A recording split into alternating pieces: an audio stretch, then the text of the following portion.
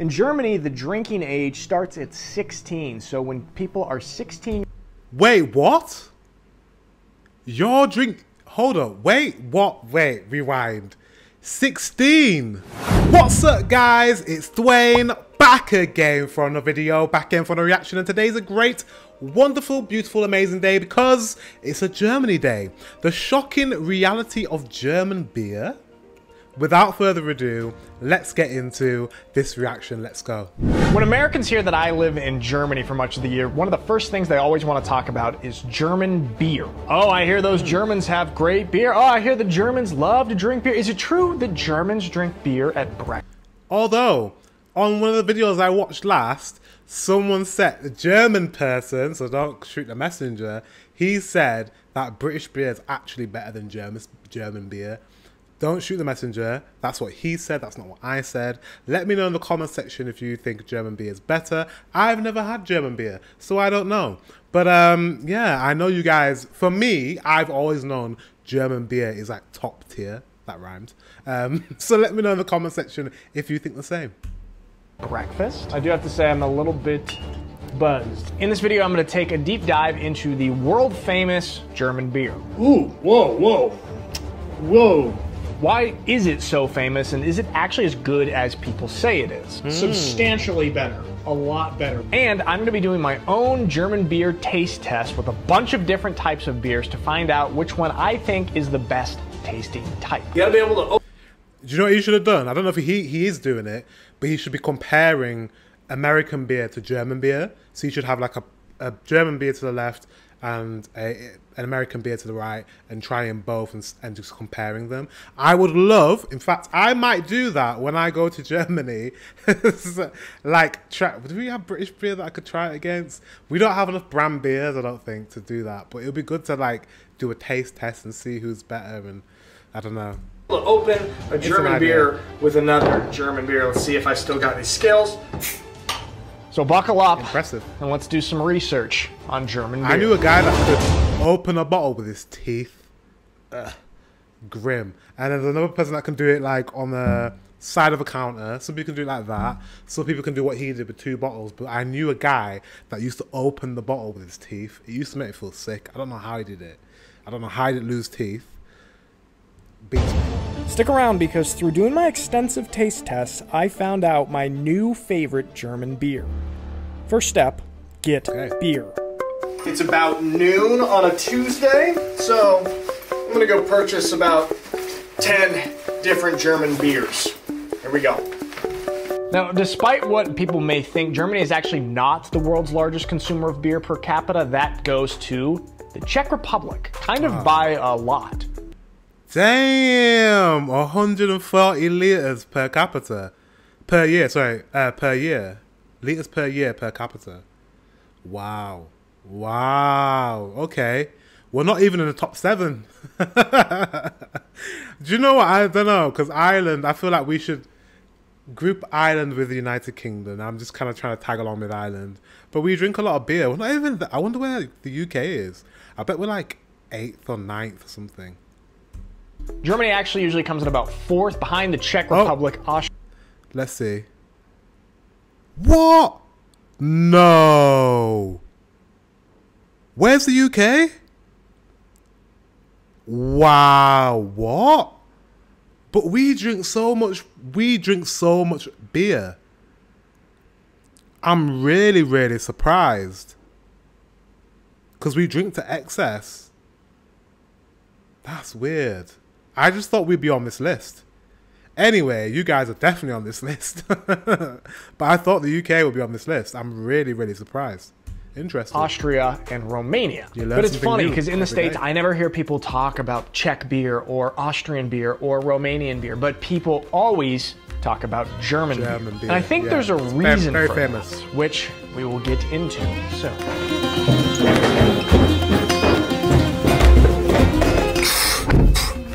It is freezing in Schwäbisch Hall right now. So I am driving up to Kaufland's to get as many German beers as possible. It's like probably the closest thing that Germany has to Costco, and I think they're gonna have the largest selection, at least here in Schwäbisch Hall. I've heard a lot about Kaufland.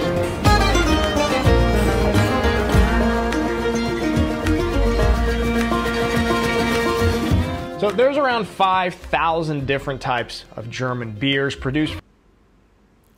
5,000, guys. What?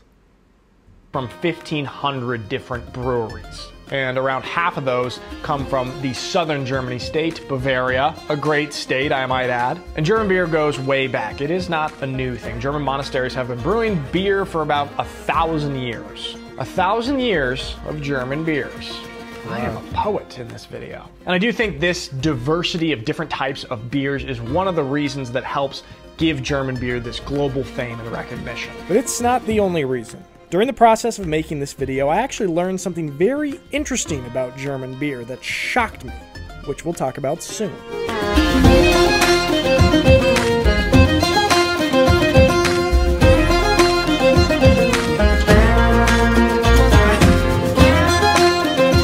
This is very American music, isn't it?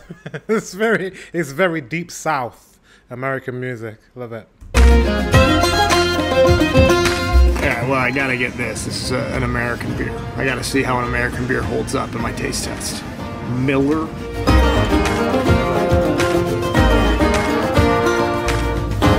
They're gonna think it's alcoholic. German beer's pretty cheap. All right, so how much do you think all these beers were?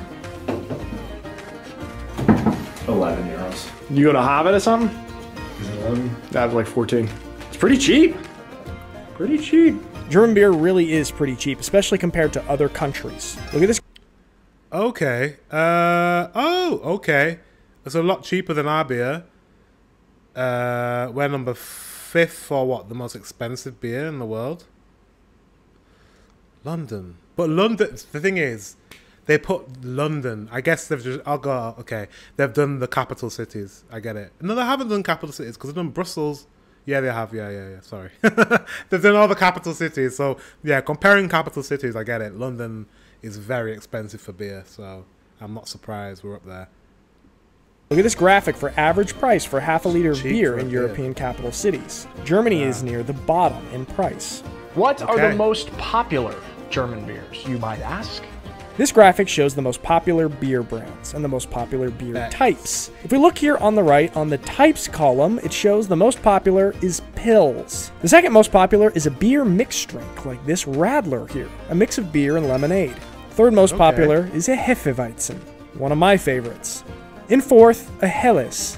And to round out the top 5, a Schwarzbier, or black beer. But probably even more important than the diversity of beers Okay. is this little thing called the Reinheitsgebot, which is the German beer purity law. Yes, you heard that right. Germany has a beer purity law. We'll talk about it in a moment, but first, I'd like to enjoy a beer on the couch. A beer purity law. You guys take beer very seriously. I'm getting to know that now. Very, very seriously. A beer purity law? What? All right, back to the beer. Now, I know we still have to talk about this, but I've got a lot of beers to drink in this video, so let me quickly do my first head-to-head taste test before we get into it. A Pilsner from Hamburg versus a Helles from Munich. Okay, not great. Reminds me sort of the type of beer that I would drink in college, sort of like a Coors Light or so. It doesn't really stand out to me. Okay. Like a Budweiser kind of vibe. Substantially better, a lot better, way richer taste here on this one. It absolutely picked this Munich Helles over this Hamburg Pils, 100%. All right, finally, let's talk about the German beer purity law. This was introduced over 500 years ago in the year 1516 in Bavaria. The law stipulates that only water, barley, and hops could be used for beer production. Now, they say one of the reasons Okay. for this purity law being introduced was to kind of eliminate and decrease price competition between brewers and bakers for ingredients like wheat and rye. So basically, wheat and rye were reserved for bread and baking. And it was not something that bakers had to compete on price against brewers for. So to protect that famous German bread. Now, the law... That's good. That's good. Yeah, because they use a lot of the same ingredients in bread and in beer. So the fact that they've eliminated that competition to protect each industry, That's good going, Germany. Well done. See the practicality of Germany. This is the thing with you guys. This is the thing. You're just very efficient and practical with things. Like, you think about things. I think some other countries don't think about things. I think sometimes the UK doesn't think about a lot of things. But Germany, you guys, the fine detail, you know, the common sense, kind of straightforward thinking. I really respect that.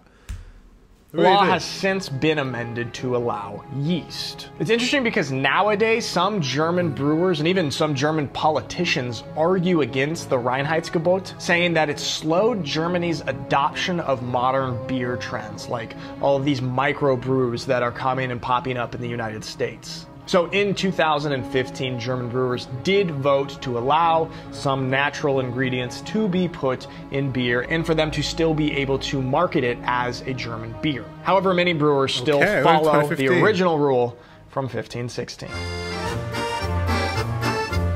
All right, two beers that I have never had before. A Berliner Weisse and a Schwarzbier, a black beer. Or dark beer, basically. Let's see which is better. Berliner Weisse. Ooh. Whoa. It's like sour. Ah. Oh, it doesn't sound nice. I think that one's going to taste like Guinness? I could be wrong just because it's black. Interesting. Doesn't really taste like beer. Oh, yeah, it is. It's only 3% alcohol, so it's a mix. Okay, interesting. Schwarzbier. Kind of bittery. I would say I definitely like the taste of this more. I don't know how much I could drink of that. It does feel like it'd be pretty filling, but the taste. That's like Guinness, right? Like a Guinness. If because the first thing he said is it's bitter, and that it's filling, and Guinness tends to be like those two things.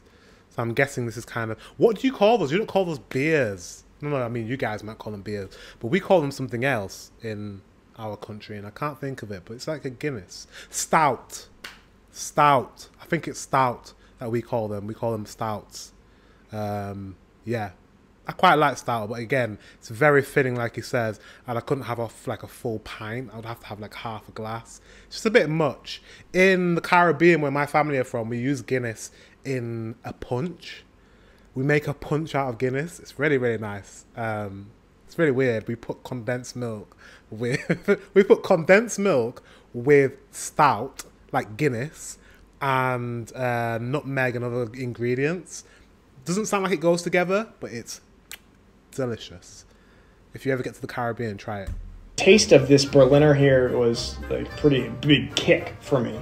Kind of fruity, soury. I'm gonna move this guy on. The Schwarzbier is the winner of this head-to-head. Another point that I think is important is sort of the culture surrounding drinking. So we all know it's world famous in the United States. The drinking age is 21. That's for beer, that's for hard liquor. It's 21. It's one of the higher ones in the world. In Germany, the drinking age starts at 16. So when people are 16... Wait, what? Hold on. Wait, what? Wait, rewind. 16. 16, guys. You guys can drink from 16. Wow. That's insane. What? I didn't know that. It says Germany, 14 beer and wine under parent supervision. You can drink from 14. 16 beer and wine without supervision. Hold up, wait. 18 spirits without supervision. So you can drink beer and drink wine at 16 years old. That's blown my mind. That's insane. Not in a bad way. It's like, I mean, what's the difference between 16 and 18? There's not a big difference between those ages. It's very young. I was in school still when I was 16. That's interesting. That's really interesting. Sorry, guys. I know I was taking a long time to process that, but I thought throughout the European Union it was all European Union. We're not in that anymore, but you know, we were for a long time. It was 18 across the board, but 16. 16 years old, they can buy beer and I think wine.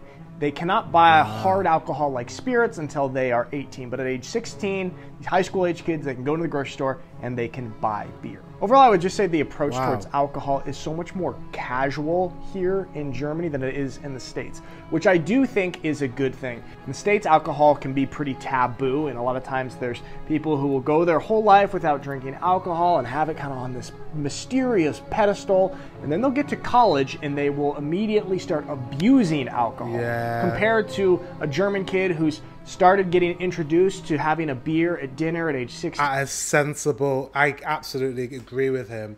Like, obviously, because you guys start so early, maybe at 16, and your parents maybe like introduce alcohol, maybe in the home you might have a beer with dinner or something. You have maybe the kids have a more of a, like a, I call them kids because 16 is a kid, a healthier relationship to drinking alcohol. Whereas, like he said, Americans, especially Americans, they're waiting all the way up to their 21 and they're in college and then they've never had alcohol in their entire life and then they just go crazy because of turn 21, and that's very dangerous, like, to your body to consume copious amounts of alcohol when you're 21. I think it's kind of in England as well, when you turn 18 and you're able to drink. 18 we go to university. So a similar thing happens. A similar thing happens when you just drink in excess. I remember when I turned 18. Oh God, my body.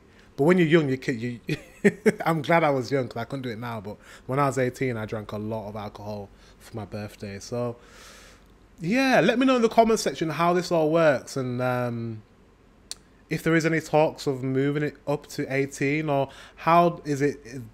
Let me know in the comment section if it works for you guys and you don't see any issues with 16-year-olds drinking.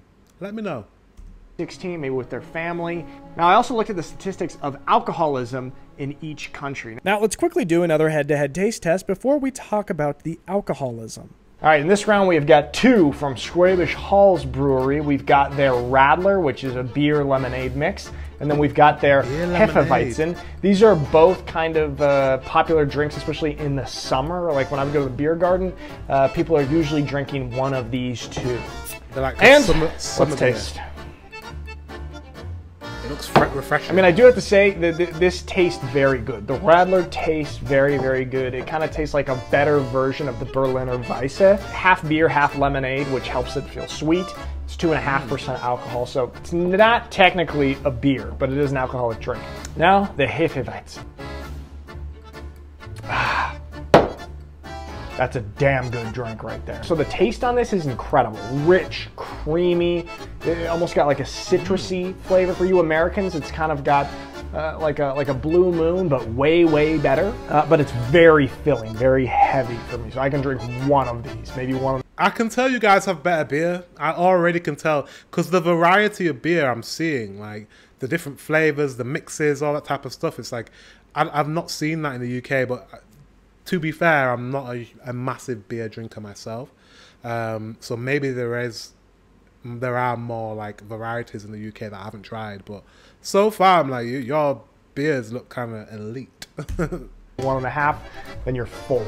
Although I enjoy both of these, Hefeweizen is the winner of this round. So does Germany have a higher rate of alcoholism because they have a much younger drinking age? Now, it's not a huge difference, but Germany actually has a lower percentage of alcoholics than the United States does. So Germany comes in at 59th with 4.5% of adult males being alcoholics and 0.88% of adult females being alcoholics. The United States is about 1% higher in each category. It places at 46 in the world, and it's 5.48% of adult males and 1.92% of adult females. So a higher rate of alcoholism in the United States. Again, it's not substantial, it's not huge, but at least we can say that having a lower drinking age is not resulting in more alcoholism for Germany.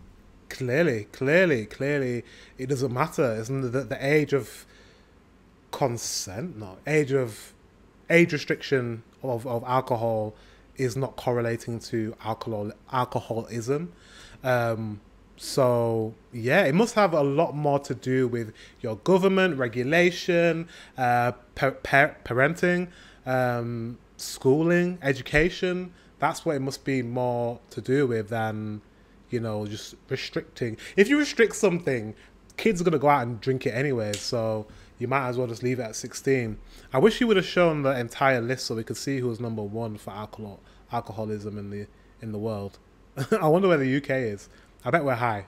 Germany. It's pretty bad. So, yeah, statistics kind of back it up a little bit. Dunkel from Erdinger. Dunkel is dark.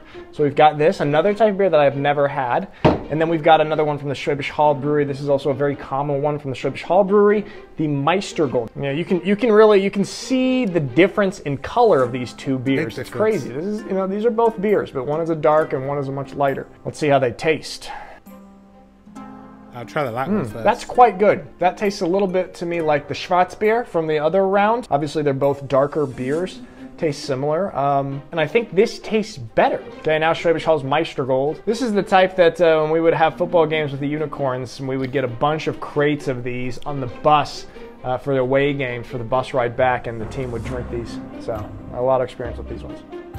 Ooh, that's tough. Solid taste. And I don't know, maybe it's just because I'm so used to this, but I'm gonna have to go with the Dunkel. It's just at least a little bit more novel for me, and it's more of an interesting taste, I would say. This feels more common. This feels more unique and interesting. The Dunkel moves on. Now, something to keep in mind in this video is I'm missing a major type of beer in this taste test called Kölsch, which is the traditional beer from Cologne. It's unique because it's served in the small 0.2 liter glasses, and the servers continue to fill up your cup until you put a coaster over your glass to indicate that you are finished. Wait, what? You have like all you can drink? Of course you have all you can drink. It's Germany. What? So you just keep drinking and then you have to put the coaster over. That's kind of like when you go to like Brazilian. Have you ever been to a Brazilian barbecue?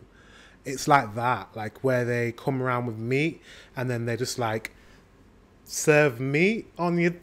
If you've been to Brazilian barbecue, you'll know what I'm on about. And then you have to flip your coaster to red to stop them from coming to your table and giving you extra meat. Yeah, it must be like that. I've had it before in Cologne, and it is a very solid beer, but sadly there was none available at the store in Schwäbisch Hall.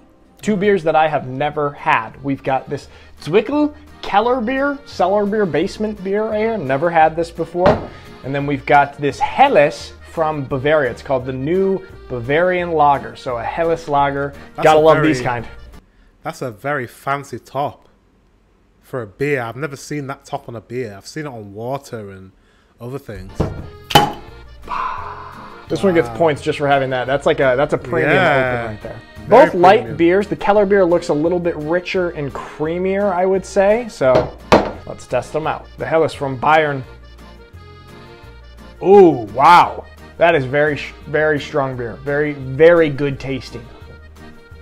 Oh, he went back for seconds. Damn, that is good. I don't even. That's rich. Like that. A lot of times with these really light Helleses, I don't know, it feels a little bit plain for me.